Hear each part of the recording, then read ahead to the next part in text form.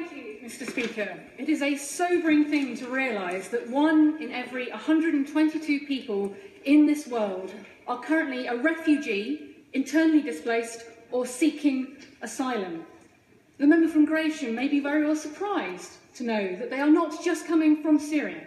There are people facing political persecution in Pakistan, in Iran. But those coming to us today from Syria, from the Lebanon, from Sudan, from Eritrea, from Somalia, from Afghanistan, from Sri Lanka, from Zimbabwe, they are not a new phenomenon, sir. Just as the Huguenots, the Jews, the Ugandan Asians, the Vietnamese boat people, the Kosovans came before them.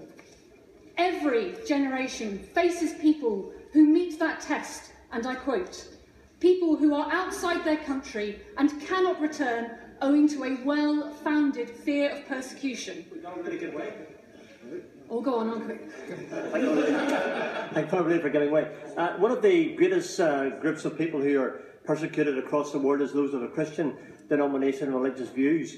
Does she accept that many of those who are trying to escape Syria at this moment in time are those who are given the ultimatum, convert or die? In other words, give up their Christianity, give up their beliefs. We need to respond to that welfare need as well. The gentleman raised a point about what that well-founded fear is. My point is that every generation has faced that test that the 1951 Convention sets us. The person who comes to us and says, I am in danger, will you help me? And how we answer that question as a country defines us as much as it does their future.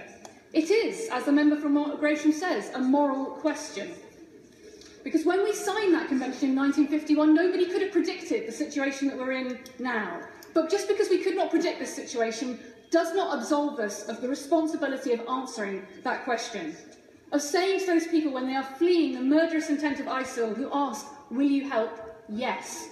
When those people are fleeing sexual violence in the Democratic Republic of Congo, will you help? Yes. When people are fleeing the repressive regime of Robert Mugabe, will you help? Yes.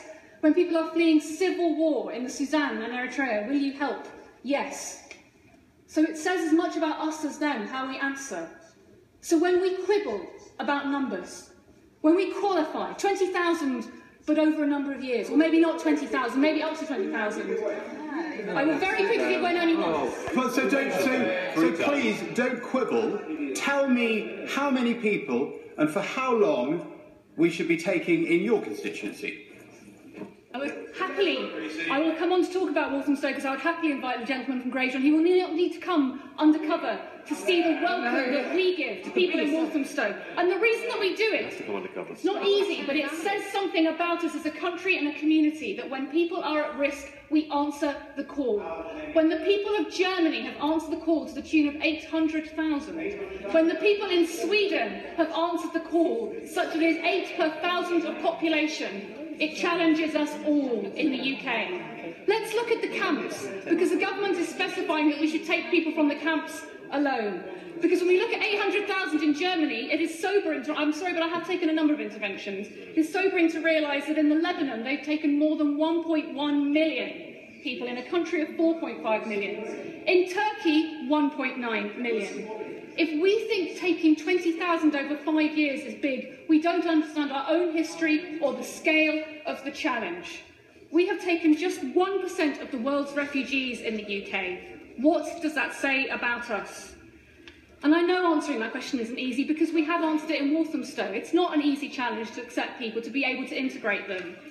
I am proud of the way in which people in Walthamstow have responded to the situation in Calais, have gone down themselves with goods to help and support people, to show their solidarity.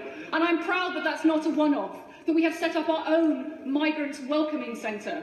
Walthamstow means welcome. It's what we do in my community. And I know it is a hard question to answer when the voices of those who are persecuted are sometimes quiet and vulnerable in comparison to the noise that we hear of the headlines that say things like, halt the asylum tide now, draw a red line under immigration or else, the swarm on our streets, the calls to deploy the army of the people that the gentleman from Goshen accepts may well be fleeing persecution. But it is hard to hear their voices. But we should also understand the consequences when we don't hear those voices. When we cut the funding for the Mare Nostrum on the idea that somehow cutting that would stop the boats, The boats came anyway. The lorries are still running.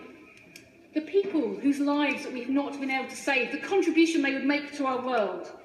Of the men who might fail school exams or lose jobs and we won't give visas to. Men like Einstein. Men like the father of Steve Jobs. The people fleeing persecution have so much of a contribution to make to our world that when we answer that question, will you help? Yes, we do everybody a benefit. Of the doctors, the engineers, the writers, the lawyers currently in those camps. It is not the thought of life in Britain that is the pull factor. It's not the £35 a week that we give people. The misery of dealing with the UK BA. The threat that even you're a victim of sexual violence will lock you up in Yarlswood. The pull factor is to stay alive.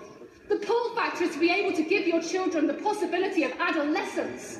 That is why people are making that choice. And there is no speech we can make in here, no threat we can make to those boats, no lesson we can learn from Australia that will override that enduring demand of every parent to give their child that kind of future.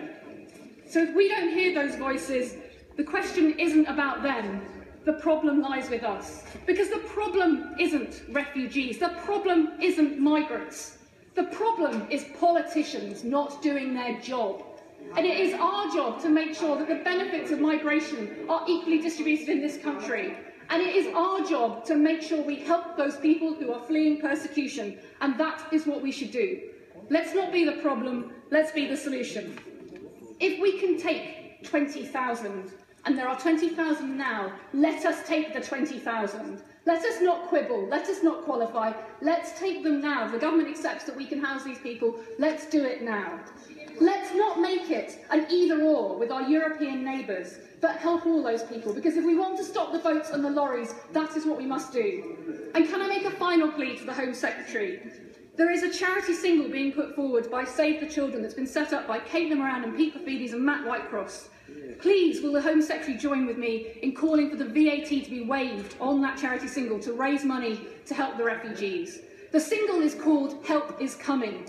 Let that be the message that comes from the House of Commons today, not the quibbling and the quantifying and the denying. Let's say that help really is coming and send that message. Dratdani.